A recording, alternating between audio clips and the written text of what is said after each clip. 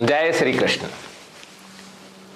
गीता के ज्ञान की आज आवश्यकता क्यों है, ये प्रश्न अनेक लोगों के मन में उठा है। बहुत से लोगों ने हमसे कहा भी है कि सब काम तो ठीक चल ही रहा है, भागवत चलती है, रामायण चलती है, अब एक नया ये गीता के ज्ञान की आज जरूरत क्या है। तो मैं यहां ये निवेदन कर देना चाहता हूं कि गीता के ज्ञान में और अन्य ग्रंथों में एक विशेष अंतर है। गीता उपनिषद है। उपनिषद का अर्थ होता है पास बैठकर दिया गई वार्तालाप, दो क्षत्रियों के बीच का वार्तालाप, दो ज्ञानियों के बीच का वार्तालाप। गीता के अंदर जितनी भी शंका व्यक्ति के अंदर हो सकती हैं, उनके निराकरण का एक रास्ता है गीता, क्योंकि अर्जुन उन प्रश्नों को उठाते हैं और भगवान वासुदेव श्री कृष्ण उनका वही निराकरण करते हैं। सहज और सरल भाषा में गीता ने इस बातों का निराकरण है। यहां एक बात उठती है कि यह स्वधर्म क्या है। गीता के अंदर कितने प्रकार के धर्म हैं, कितने प्रकार की धर्मों की चर्चा है। गीता के अंदर दो ही धर्म हैं, एक स्वधर्म और दूसरा परधर्म। स्वधर्म जो हमारा धर्म है, मेरा धर्म है, परधर्म जो दूसरे का धर्म है। यहां मेरा से तात्पर्य है जो भी व्यक्ति जिस संदर्भ में बात करेगा वहां उसका स्वधर्म खुद का और दूसरे का उसके लिए परधर्म है। गीता किसी भी एक धर्म की वकालत नहीं करती, ना तो वो ये कहती है।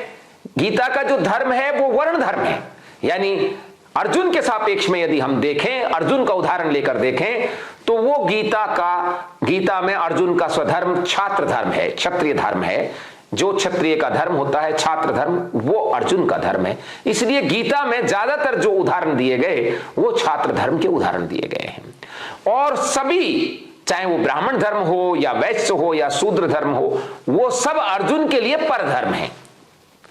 अर्जुन चूंकि संन्यास लेकर हिमालय में जाकर ऐसी बात कर रहा था जैसा कि ब्राह्मण किया करते हैं, इसलिए श्री कृष्ण ने अर्जुन को इस बात पर फटकार लगाई और समझाया कि ये तेरा धर्म नहीं है, ये परधर्म है।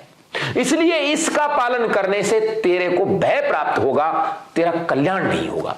इसलिए उस श्लोक की यहां जरूरत पड़ी कि श्रेया नाम स्वधर्मे विगुणे परधर्मात् स्वनुष्ठितात् स्वधर्मे निधनम श्रेय परधर्मो भयावह। स्वधर्म में कल्याणकारक होता है, चाहे उसका कैसा भी बिना गुण का हो, थोड़ा बहुत भी हम पालन कर लें तो भी कल्याणकारक है। और दूसरे का धर्म भय को देने वाला होता है, चाहे उसको भली प्रकार से पालन कर लो, अपने धर्म में मरना भी श्रेष्ठ करे। ऐसा इस तरह का स्वधर्म का और परधर्म की बात गीता के अंदर होती है। और पूरी गीता में सभी 18 अध्याय में 700 श्लोक में ध्यानपूर्वक यदि हम देखें तो स्वधर्म और परधर्म की ही बात है। स्वधर्म वो है स्वयं माने मेरा, और धर्म यानी जो मुझको धारण किया, जिसके मेरा आधार है। जैसे अभी हम छोटा सा उदाहरण लें, आम का जो धर्म क्या है, खट्टापन और रसीला और मीठापन। यदि आम खट्टा मीठा और रसीला नहीं है तो वो आम नहीं कहलाएगा। ये उसका जो मूल जन्मजात गुण है। अब उस आम को आप सुखा लो तब भी खट्टा रहेगा, उस आम को आप आमरस बना लो तब भी खट्टा मीठा रसीला रहेगा। उस आम से आप जो भी चीज बनाएंगे, आम अपने जन्मजात गुण को नहीं छोड़ सकता। एक और भी उदाहरण इस मामले में हम देते हैं कि एक पात्र में शक्कर रखी है, चीनी जिसको कहते हैं, और दूसरी कटोरी में मीठा ये नमक रखा हुआ है जिसको रामरस बोलते हैं। अब दोनों पात्र यदि चीनी पिसी हुई है तो दूर से देखने से दोनों हमें श्वेत दिखाई देंगी, सफेद दिखाई देंगे। दोनों के अंदर रंग एक जैसा है लेकिन गुण अलग अलग हैं। और जब यदि हम उसको जीभ पर रखेंगे तो जो नमक है वो खारा लगेगा और जो चीनी है वो मीठी लगेगी। अब चीनी अपने पूर्वजों से गुण लेके आई है। चीनी का पूर्वज क्या है? चीनी के पूर्वज है गन्ना। भाई गन्ना से ही तो चीनी बनी है। चीनी का पूर्वज गन्ना मीठा है तो चीनी भी मीठी है। अब चीनी को आप पानी में घोड़िए, चीनी को आप दूध में डालिए, चीनी को आप दही में डालिए, चीनी को आप हलवे में डालिए, जहां भी आप चीनी को डालेंगे चीनी अपने पूर्वजों से प्राप्त गुण उस मिठास को नहीं छोड़ेगी। इसी प्रकार से नमक कहां से खारापन लेके आया है? नमक का पूर्वज है खारे पानी का जल, और खारे पानी के जल से उसने खारापन लिया है।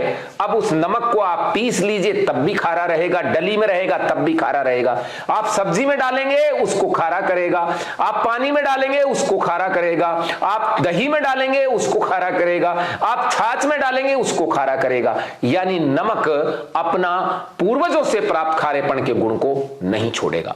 नमक का जन्मजात गुण है खारापन, ऐसे ही आम का जन्मजात गुण खट्टा मीठा रसीला है, वैसे ही चीनी का मिठास लिया है। जब इस प्रकृति के सिद्धांत को हम समझने का प्रयास करें तो ये स्वधर्म व्यक्ति अपने स्वभाव में जन्मजात रूप लेकर आता है, और ये गुण कभी उसके दूर नहीं होते। गीता के 18वें अध्याय में 41, 42, 43 और 44 तक श्लोक यदि हम देखें तो बिल्कुल श्री कृष्ण क्लियर करते हैं, शौचम क्षांतिर आर्जम सम दम अस्तम शौचम क्षांतिर आर्जम ज्ञान विज्ञानम ब्रह्म कर्म स्वभावजन। समन इंद्रियों का, सम दम हमारी बुरी इच्छाओं का दमन, सम दम शौचम यानी पवित्रता, शांति यानी सरल भाव, शांति क्षमा भाव, आर्जवम सरलता, ज्ञान परमात्मा की जानकारी, विज्ञान प्रकृति की जानकारी क्रमबद्ध और सुव्यवस्थित रूप से, ब्रह्म कर्म स्वभाव और आस्तिकता यानी ईश्वर में विश्वास, ये ब्राह्मण के स्वभाव में जन्मजात गुण है। इसी प्रकार से शौर्यम तेजो धृतिर दाक्ष्यो युद्धे चापलायनम दानम व ईश्वरीय भाव छात्र कर्म स्वभावजम। शौर्य, तेज, धैर्य, दक्षता और युद्ध से नहीं भागना, दानवीरता और ईश्वरीय भाव, ये क्षत्रिय के स्वभाव में जन्मजात गुण हैं। कृषि गौरक्षा वाणिज्यम वैश्य कर्म स्वभावजम शूद्रस्य यापि परिचर्यात्मकम स्वभावजम। कृषि गौरक्षा वाणिज्यम, वैश्य के कृषि वाणिज्य यानी व्यापार, और गौरक्षा गौ माता की रक्षा भी, गौपालन भी, ये वैश्य के स्वभाव में जन्मजात गुण हैं।